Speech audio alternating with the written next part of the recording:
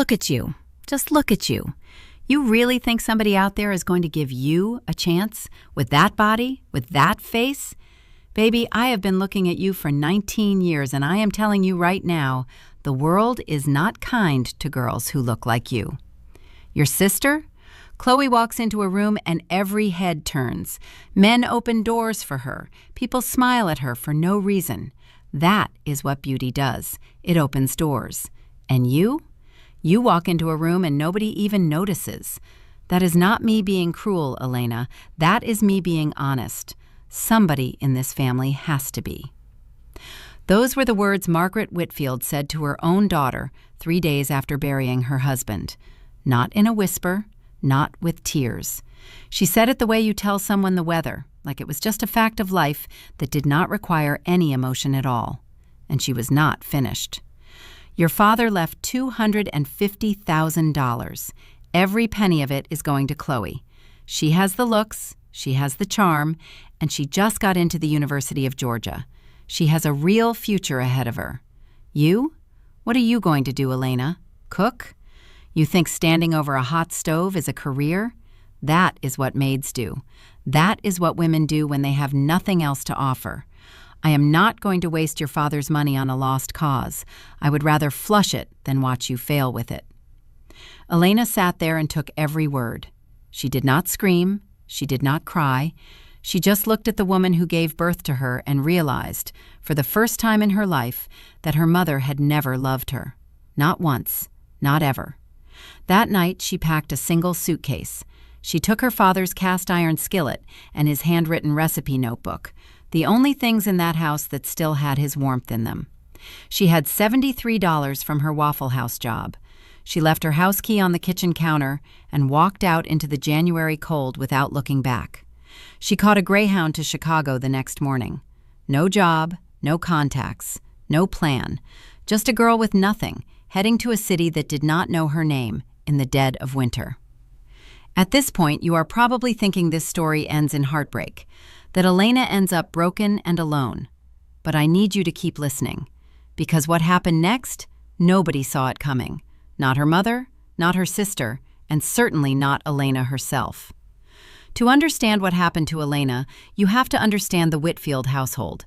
They lived in a modest colonial in Decatur, Georgia, just outside Atlanta. Her father, Robert Whitfield, spent 30 years as a senior postal supervisor. He was the kind of man who believed in discipline, decency, and doing right by his children. Robert loved both his daughters, but he had a special bond with Elena. From the time she could stand on a step stool, she was right beside him in the kitchen. He taught her how to season cast iron, how to braise short ribs until the meat fell off the bone, and how to make cornbread that would make a grown man weep. "Elena girl," he used to say, stirring a pot of collard greens, "when you cook for somebody, you are telling them they matter. Do not ever forget that." Her mother, Margaret, was a different story entirely. Margaret had been a beauty queen in her youth, winning the Miss Fulton County pageant at 17, and she never let a single soul in Decatur forget it. She kept the crown on the mantelpiece and talked about her pageant days like some people talk about their time in the military. It defined her. And the lens through which she saw the entire world was beauty. Who had it, who did not, and what it was worth. When Chloe was born 4 years after Elena, Margaret finally had the daughter she actually wanted. Chloe was petite, slender, with her mother's high cheekbones and a smile that could stop traffic. From the moment Chloe could walk, Margaret had her in matching outfits and kiddie beauty pageants, telling every neighbor on the block that Chloe was destined for great things. Elena took after her father's side. She was taller, broader in the shoulders, and by the time she hit puberty, she carried what Margaret cruelly referred to as unnecessary weight. "That girl is never going to attract a man worth having," Margaret would say during Saturday card games, not even bothering to lower her voice while Elena sat in the next room. "Lord knows I tried with her, but some trees just do not bear fruit. Thank God I have Chloe." Robert tried to shield Elena from the worst of it. He would pull her aside after Margaret's cutting remarks and say, "Don't you listen to none of that. You are brilliant and you are beautiful. And one day you are going to show this whole world what you are made of." But cancer does not care about a father's love. Robert was diagnosed with stage 4 pancreatic cancer the spring Elena turned 18. By Christmas, he was bedridden. On a freezing January night, he closed his eyes for the last time. Elena held his hand until it went cold. Chloe never showed up. She was at a party in Buckhead. The grief had barely settled before Margaret made her move. Robert had been careful with money. A life insurance payout of $250,000, a paid-off house, and $40,000 in savings. His will split everything equally between his daughters. Margaret had other plans. 3 days after the funeral, she gathered both girls in the living room. She sat in Robert's recliner and laid documents on the coffee table. "Chloe has potential," Margaret began. "She is beautiful and charming. She has been accepted to the University of Georgia. She needs resources to maximize that potential." "And what about me?" Elena asked. Margaret's expression was ice cold. "Elena, you are not going to attract a wealthy husband. You do not have the looks for it. Cooking is a hobby, not a career." She had already moved the savings into her own account. The house stayed hers. Every cent of the insurance went into a trust for Chloe. "You want me to leave with nothing?" Elena's voice cracked, but she refused to cry. "Chloe is our family's best chance at something great," Margaret said. "You will figure something out." Chloe shrugged from the sofa. "She is right, Elena. It is not like you had big plans anyway." That night, Elena packed a single suitcase. She took her father's cast-iron skillet, his handwritten recipe notebook, and $73 from her part-time Waffle House job. She left her house key on the counter and walked out without looking back. She caught a Greyhound to Chicago the next morning.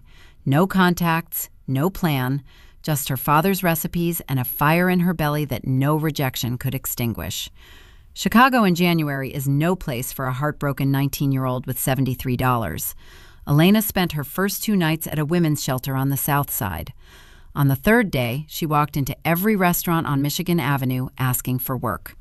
Most turned her away. One French restaurant manager looked her up and down and said, "We do not really have positions for someone with your background." It was a tiny southern restaurant called Mama Lou's on the west side that gave her a chance.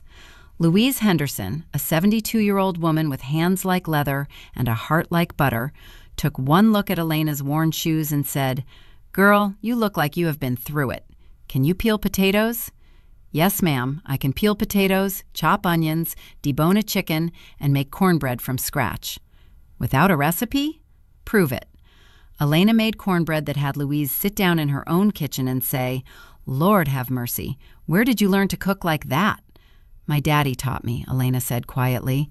Every recipe in that notebook was written in his hand. Louise hired her as a prep cook on the spot. The pay was barely above minimum wage, and Elena slept in a rented room above a laundromat on South Pulaski, with a radiator that barely worked and a window that never fully closed. She ate employee meals and saved every other dollar. She did not buy new clothes. She did not go out. She worked. Louise became the mother Elena never had. She taught her the business of food, negotiating with suppliers, managing inventory, handling difficult customers. Within a year, Elena was running the kitchen. Within 2 years, she was creating menu items that had people lining up around the block. Her braised oxtails with bourbon glaze got a glowing Tribune review that called her the most exciting young talent in Chicago's southern food scene. Elena read that review on the floor of her tiny apartment and cried for the first time since leaving Georgia. Not tears of sadness, tears of a woman realizing her mother had been wrong about everything.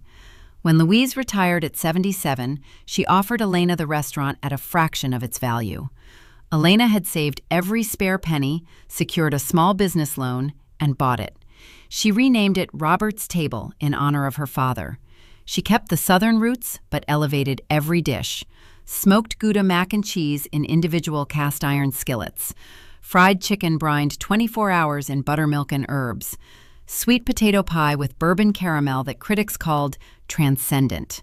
Within 2 years, Robert's Table earned a James Beard nomination. Within 3, it won. The girl told she would never amount to anything stood on a stage in New York City holding one of the most prestigious awards in the culinary world. She opened a second location in the West Loop, then a third in Hyde Park. Each restaurant had its own personality but shared the same DNA: food made with love, precision, and a deep respect for Southern culinary traditions. She launched a signature sauce line that sold out on Amazon in 48 hours. Grocery chains called wanting exclusivity deals. A Food Network producer reached out after watching a viral video of Elena demonstrating her peach cobbler technique. And before she knew it, Elena was filming her own series, From Scratch, where she told the stories behind her dishes and the communities that inspired them. The show premiered to 2 million viewers and was renewed before the first season even finished airing. By 32, Elena Whitfield was worth an estimated $12 million. 3 restaurants, a product line, a television show, and a gorgeous brownstone in Lincoln Park. She had done it all without a single dollar or word of encouragement from her family. She had not spoken to her mother or sister in over a decade. And down in Georgia, things had taken a very different turn for the women who stayed behind. Chloe had been handed every advantage and squandered all of it. At UGA, she treated college like a pageant, spending more time at parties in Lenox Square than in classrooms. She changed her major 4 times because she kept failing requirements. Her trust fund, meant to last 4 years, was drained in 2 on designer bags, bottle service, and Miami weekends with friends who vanished when her card declined. Margaret enabled every single bit of it. Chloe just needs the right connections, she would tell her card game friends. Once she meets the right man, everything will fall into place. That girl has the kind of beauty that opens doors. For a brief shining moment, it seemed Margaret might have been right. Chloe caught the attention of Terrence Ashford III, heir to a real estate fortune. He was wealthy, handsome, and from one of Atlanta's most prominent families. They dated 8 months. But Terrence was not stupid. He noticed Chloe had no ambition beyond spending. She could not hold a conversation deeper than Instagram trends. She was rude to servers and threw tantrums constantly. The final straw was discovering she had been seeing a personal trainer on the side. Terrence ended it cleanly. His family's attorney sent a letter requesting back a diamond bracelet. Chloe was humiliated. Without his connections or her trust fund, Chloe's world collapsed. UGA expelled her. She moved back to the Decatur house with Margaret, who was struggling to maintain a home on Robert's pension alone. The 2 of them watched Elena's face appear on television and magazine covers, seething with jealousy and entitlement. It was Margaret who finally picked up the phone. Elena was tasting a new menu at her West Loop location when her assistant Karen approached. "A woman on the phone says she is your mother." Elena had not heard Margaret's voice in 12 years, but something in her told Karen to put it through. "Elena? Baby, is that you?" Margaret's voice was sugar-coated. "What do you want, Mama?" Her voice was flat. No warmth, no daughter in it at all. Margaret launched into a performance about loneliness, regret, and watching Elena's success with so much pride. Then she got to the point. "Chloe is in a bad place. What if you set her up with a restaurant, a franchise? She is gorgeous. People would come just to see her." "You want me to open a restaurant for Chloe? The same Chloe who has never held a job, who got expelled from college?" "She just needs a chance. She is family, Elena. Family takes care of each other." The irony was thick enough to spread on toast. But Elena said yes, just not the way Margaret was hoping. "I will fund the startup, location, equipment, inventory. But I have one condition. I will not run it for her. No manager from my team, no chef from my kitchen. Chloe manages everything herself. If she is as talented as you say, this should be easy." Margaret agreed too quickly to have considered the implications. Chloe posted a selfie captioned, "Boss Babe Era Incoming," before she had even seen the space. Elena hung up the phone and turned to Karen. Her face was completely calm, but her eyes had the look of a woman who had just set the most patient trap in the world. "Clear my schedule for the next 2 months. I have a feeling this is going to be quite the show." Elena set Chloe up with a beautiful space on Peachtree Street in Midtown Atlanta. $120,000 in renovations, a professional kitchen, everything needed to succeed. All Chloe had to do was show up and run it. She arrived opening day 2 hours late in 6-inch heels and a nightclub dress, spending the morning taking Instagram photos instead of briefing staff. When the lunch rush hit, She could not operate the register, did not know a sauté pan from a saucepan, and screamed at a line cook who asked her to step away from the fryer. By day 3, she had fired Elena's recommended chef because he did not respect her vision. Her vision was replacing half the menu with smoothie bowls and avocado toast she saw trending on TikTok. Her replacement chef was a culinary school dropout fired from his last 3 jobs. The health inspector came on day 10. Raw chicken stored above salads. Wrong refrigerator temperature. She got 30 days to fix the violations. Chloe's response was a tearful Instagram story about the system being rigged against beautiful female entrepreneurs. Then she went and got her nails done. Staff quit. Chloe treated everyone like personal servants, snapping fingers at servers and berating busboys in front of customers. She told a hostess she was too plain-looking to be the first face people see. Yelp reviews were brutal. Worst dining experience of my life. The owner was on her phone while we waited 40 minutes for cold pasta. An insult to the Roberts Table legacy. Local food bloggers who had initially covered the opening with excitement quickly turned. A video of Chloe arguing with a customer over undercooked salmon went viral with 3 million views.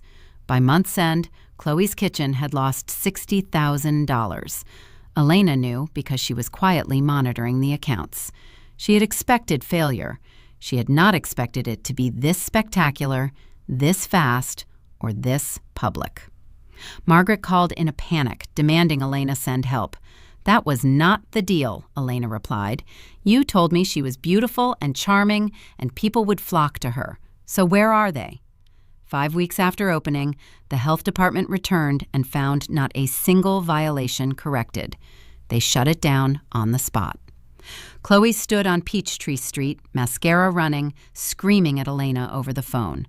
Elena drove to Atlanta that Saturday and met them at a coffee shop in Decatur. Margaret looked 10 years older. Chloe showed up 45 minutes late in sunglasses she could not afford. "I hope you are happy," Margaret began. "Your experiment destroyed your sister's confidence. Set her up with a boutique instead."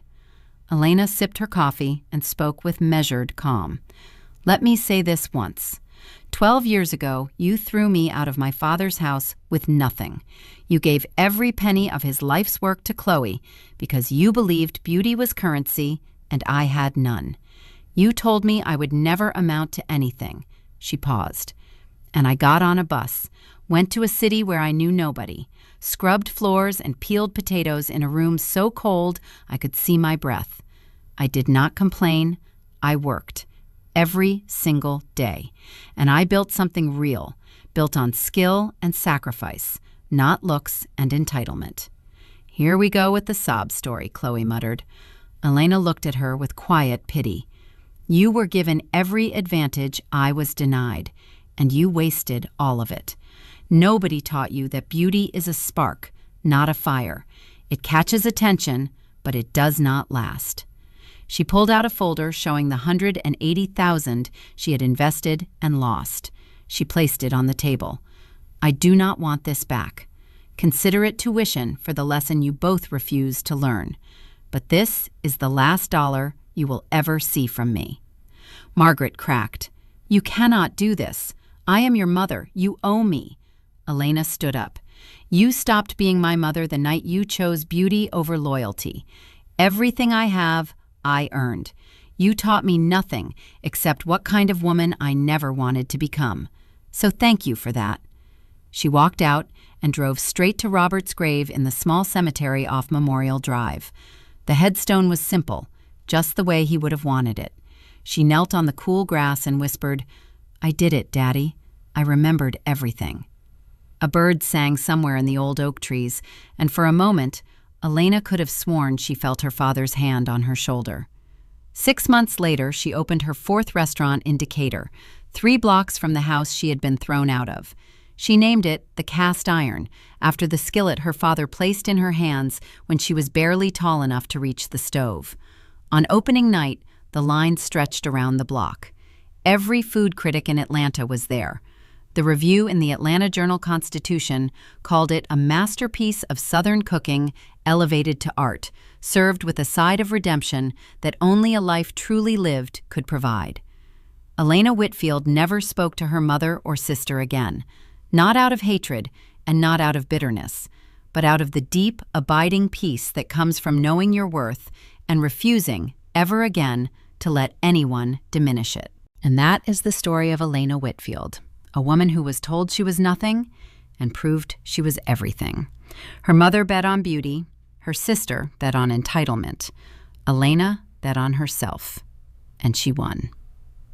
Now, I have a question for you. Do you think Elena did the right thing giving Chloe that restaurant, knowing she would fail? Was it a lesson that needed teaching or a setup from the start? And what about Margaret? Does a mother who chooses one child over another based on looks deserve a second chance? Drop your thoughts in the comments. I read every single one. And if this story moved you, hit subscribe and ring the bell so you never miss another tale from the front porch. We have so many more stories like this one. Until next time, take care of yourselves and remember, beauty fades, but grit lasts forever.